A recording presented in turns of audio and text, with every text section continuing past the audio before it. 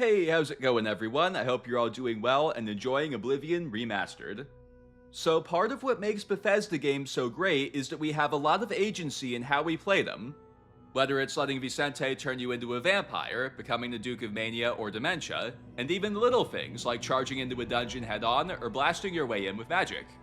Giving players lots of power in how they approach these games has been a pillar of the Elder Scrolls experience since the very beginning.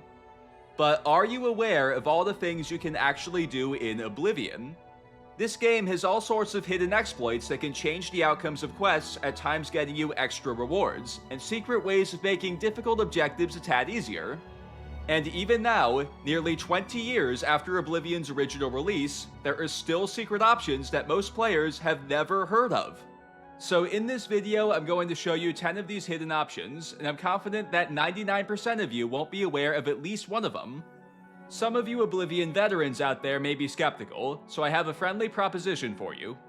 If at least one of the secrets I show you is new to you, then share this video somewhere with a caption like, "By the 9, even almost 20 years after I first played Oblivion, there are still things I didn't know I could do in this game." Just a friendly little game to keep things interesting for you if you feel like it. And by the way, even if you are an Oblivion veteran, some of these have changed from the original to the remaster, so if you just want to count the ones that have stayed the same, that's all good. So here are 10 things you didn't know you could do in the Elder Scrolls IV Oblivion Remastered. First off, let me walk you through the new cloning exploit. So back in the original Oblivion, there was this pretty well-known exploit with scrolls where you could kind of like drop stuff and do stuff with scrolls to make it so you could clone items, but that seems not to work in the remaster. I tried myself and couldn't get it to work, so then I looked online and yeah, everyone's saying, yeah, it doesn't seem to work anymore. However, there's actually a new cloning exploit that I kind of like better, and I'll walk you through it now. So what you need is the item you're looking to clone, a stack of items, and an empty container. Place the item that you want to clone in the container, then hit the transfer button to bring up your inventory as well. Now scroll over to the stack of items in your inventory. Now what you need to do to clone the item is hit the button that you use to flip between the two inventories, yours and the container's, at the same time as hitting the button that you would use to place the stack in the container. So for me, that's my right bumper and the A button. So if you time it right, then this menu will appear. And what you've done here is you've tricked the game into giving you this menu for the item you want to clone, so now you can literally pick however many you want and it will give you that many. So there are some items that this will not work for.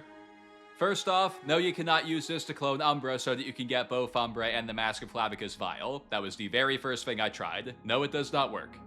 But it does work for a lot of Daedric artifacts, like you see it does work for the Mace of Molag Bal here. And this comes in handy because eventually in the main quest you have to give a Daedric artifact to Martin, and this makes it so you don't actually have to give one up. So there you have it, that's how you use the new cloning exploit in Oblivion Remastered. As you're taking a stroll through Skingrad, you'll eventually be approached by a bossbra named Glarthir. He'll tell you to meet him behind the chapel at nighttime. Once you meet him there, he'll explain that he suspects some of the other citizens of Skingrad are in some sort of conspiracy against him, and he'll ask you to spy on these individuals hoping to get some intel. So yeah, this seems a bit kooky, doesn't it? But if he's paying, why not? So if you accept Glarthir's proposal, this will start the quest Paranoia, and your first task is going to be to spy on Bernadette. However, something different happens if you just tell him no right from the get-go.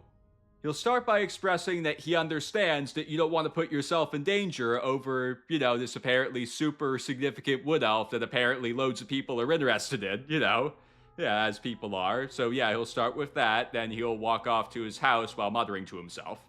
When he gets to his house, he'll continue muttering to himself as he goes upstairs and grabs himself a big old axe. Then he'll proceed into Bernadette's house and just start going to town on her with the axe. That's right, Bernadette, this is Glarthir's swamp. What usually happens is she eventually runs out into the street and the guards kill Glarthir. But if you give him a hand in the fight, like with a bow or something, then he'll move on to the next target, Tautius. And if you help him with Tautius as well, then he'll move on to Davide. And if he nabs him too, then that's everyone he believes is spying on him, so he'll just kinda go about his business, wandering the city muttering to himself, and that'll be it. So the only true reward for this is that Glarthir remains in the game, which I mean, if you like Glarthir, then why not? And it's also just kinda fun to do it this way. And if you're doing some sort of Agent of Chaos roleplay, or you're like imagining that you're Sheogorath or something, then this fits that. For a third spot, killing certain individuals in Cyrodiil can trigger Lucien Lachance to appear when you're sleeping. This is the beginning of Oblivion's Dark Brotherhood questline. Now, I hesitated to even put this on here because this is something you think you just shouldn't do. It's a bad decision. But what a lot of players don't know is that you can just kill Lucien right here and now. If you do, a notification will pop up telling you that you've ended your progress in the Dark Brotherhood questline. The only thing that remotely resembles a reward for this is that Lucien drops his black hand robes. The only possible reason I could see for doing this is if you're like a big role player and you don't like the idea of your character being an assassin. But the Dark Brotherhood questline is like the best questline in the game. I love it. You should never skip it. Even if it's not in your character, just do it, pretend that it's not canon. It's fun. Why wouldn't you do it? I don't know. So now you know you can do that, but I wouldn't recommend it. Next up, like I just said, you have to kill someone to get into the Dark Brotherhood, but who are some good targets? Most of the named NPCs count, but it's a shame to kill anyone like that in Bethesda games because the characters are part of what makes these worlds so rich. So who are some NPCs that count but earn a big loss? So the UESP wiki is a great source for things like this, and sure enough they do have a handy list of candidates you can kill. However, some of the characters on that list have complications associated with killing them. For example, some are like parts of other quests, so you have to make it to that point in the quest to do it, or like some are just hard to execute, and first and foremost, a lot of them incur bounties. So which character that counts towards joining the Dark Brotherhood has the least amount of complication associated with killing them? Fortunately, there is an obvious right answer, and that's these Kimono Tong thugs that spawn at Walker Camp. Killing them incurs no bounty, they respawn, and conveniently there's some beds right here, so you could just kill them, then wait for Lucien to show up. So yeah, that's the simplest thing to do, but if you want to mix it up, then check out the whole list on UESP. If you stop by the Grey Mare in Chorrol, you might meet this man named Valis Odiil. He'll explain that goblins recently overran his farm outside the city, and his two sons Rallis and Antis are going to attempt to take it back. This will initiate the quest, The Killing Field, and your objective is to help them retake the farm. But unfortunately, there are several factors that can make it difficult for the two brothers to survive the battle. Depending on what level you are when you do this, the goblins may scale to like some way inflated rank and then they just own the brothers. And I don't know about the remaster, but in the original, it was possible for an Oblivion Gate to spawn like right next to the farm, then the Daedra would join the fight too. And if you have both problems, as in you're both a high level and the Oblivion Gate spawns there, then you may have Zivilized sprinting in and knocking the brothers sky high. And you really don't want the brothers to die because that affects the reward at the end. If and only if they both survive will Valis reward you with the sword Chillrend, which is dope. I mean, look at this thing, it's awesome. You may know Skyrim's version of Chillrend, this is Oblivion's. Luckily, there is a way to still get Chillrend if the brothers die. If you complete the Mage's Guild questline ahead of time, then you'll get the Staff of Worms from Anamarco. If you give each of the brothers a zap with it, then quickly fast travel back to Chorrol and talk to Valis, he will believe that they are still alive. And he'll gladly reward you with Chillrend. Additionally, there are some little things you can do to help the brothers survive the battle. Off the top of my head, take a follower with you. And they'll take some of the hits, or like if you've got a horse, particularly Shadowmere would be good for this. You just have them take some of the hits, that buys you time to heal the brothers if need be, and there you go. Also, if you're not a stickler for this kind of thing, you could just lower the difficulty level. And if the Oblivion Gate is there, then you could just close it ahead of time. So there you have it. There are some things you can do to ensure that you get Chillrend. For Sanguine's Daedra quest in Oblivion, he'll ask you to make a dinner party at Castle Leowyn a bit more fun, well, at least for him. He'll give you a spell called Stark Reality to cast at the party, and it makes everyone lose their clothes. However, an unfortunate side effect of this is that it gives you a bounty. But there is a way to avoid the bounty, and it's really pretty simple. You just need to use a potion or a spell to make you invisible, so that's the chameleon or invisibility effect or both. The only catch is that whatever potion or spell you use needs to be really, really good, because the Stark Reality spell is OP. Like the spell you see me using in the footage, that's 100% invisibility and chameleon, and that character's in God mode and all the skills and attributes are maxed. By the way, back in the original Oblivion, you could also use the Grey Howl of Nocturnal to shed the bounty, but I tested it in the remaster and it seems not to work anymore. But if you can get it to work, then please let us know in the comments. As you're picking up quests in Chorrol, you'll eventually start this little line of side quests involving the Germain family. The last of which is called Sins of the Father, and you'll have to retrieve this sword called the Honorblade of Chorrol and choose between returning it to the Thieves Guild or to the city of Chorrol. Just so you know, returning it to the city is the better choice, because you get this better reward called the Escutcheon of Chorrol, which is a pretty neat looking shield. But what I'm here to tell you is that there is a way to get the Honorblade of Chorrol back. First, make sure you finish the quest by going back to the Germains and telling them what's up. Now you need to pickpocket it back from the Countess. This is best done while she's asleep and while you're standing behind her. Another useful thing to know that may come in handy for you is if you have the Canvas the Castle to quest running and you've already received the key to the castle, then you being in the back hallways of the castle will not be considered trespassing. And make sure that you save before trying to pickpocket the Countess, because it's hard. Like, I probably tried to get it hundreds of times before I finally did. You may have seen me asking about this on Reddit or Discord because I couldn't get it and I was wondering if it had been patched, but yeah, it turns out it does work. I have seen it work with my own eyes. Some players don't bother with getting it back because Umbra is a better sword than this, but this is a good sword and I just like having all the stuff I can. Also, the reason that you should complete the quest before trying to get it back is because that should make it so it's not a quest item anymore, so it won't get stuck in your inventory. However, for me that didn't work. It still won't let me drop it because it still counts as a quest item.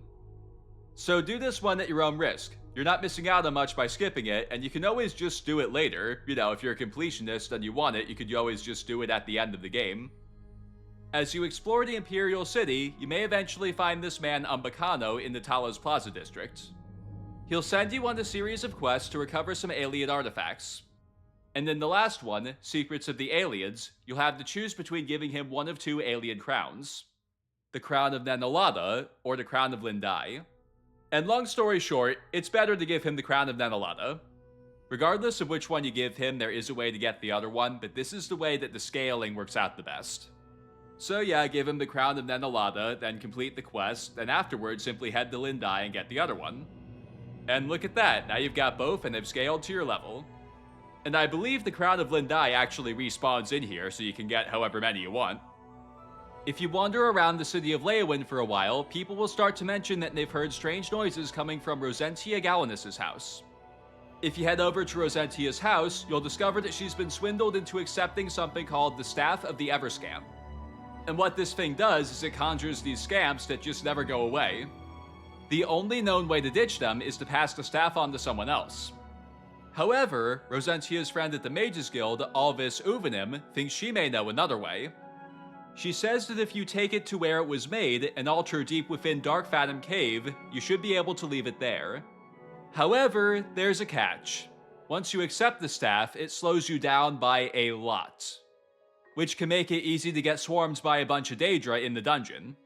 But with a bit of thought, there's an easy workaround for this. Simply clear the cave before accepting the staff. Then you should just have a long but easy walk to the altar. So for me, something must have went wrong here. Maybe I missed some Daedra when I cleared the dungeon, or maybe a few spawned in after I had left, but yeah, either way, there were some Daedra in here when I got back. Regardless, there were definitely a lot less, like there were maybe 2 in here when I went through with the staff. So if you feel like making the slow trek for Darkfathom Cave a bit less difficult, then consider clearing it out ahead of time. If you talk to some merchants in the Imperial City Market District, you'll eventually get the quest Unfriendly Competition. Apparently a new merchant named Doranir has moved in, and the other merchants don't like him because he's been undercutting them. And they'll ask you to investigate him to see how he can afford to set prices so low. What you'll eventually find out is that he gets his goods from a grave robber named Agarmir, and you'll have to fight him along with one of his associates in a mausoleum. The reward for this is Agarmir's sword, Debaser. However, what a lot of players don't know is that you can actually pickpocket Debaser from him ahead of time.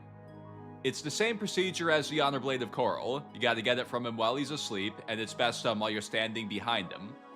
However, this one's tricky because while he's home, he actually bars his door, making it so you can't get in. So you need to get into his house while he's away, but then you can't wait when you're inside because that's trespassing. So what I did is I waited for him to get close and just snuck in before him, then I just waited for a few seconds for him to get here. And I found that he usually gets home around midnight. So yeah, once he's in bed, just save and try to pickpocket it from him. Then when you face him in the mausoleum, he'll be without a weapon. He might go for this mace that's behind one of the coffins, but he usually can't get to it because it's kind of tucked about way back here. Then you'll have the pleasure of putting an end to his little scheme with his own weapon. And there you have it, folks. Those are 10 things you didn't know you could do in The Elder Scrolls IV Oblivion Remastered. So my next video is another 5 unsolved Skyrim mysteries like the one I did last year, and it's not far away at all. So be sure to subscribe if you want that video to appear in your subscriptions tab when it comes out. Thank you all so much for watching. Please leave a like, and remember that friendly proposition I made in the beginning. If you learned something in this video, then please share it somewhere. 2 great platforms to share content like this are Reddit and Discord. Thanks again, everyone, and I will see you next time.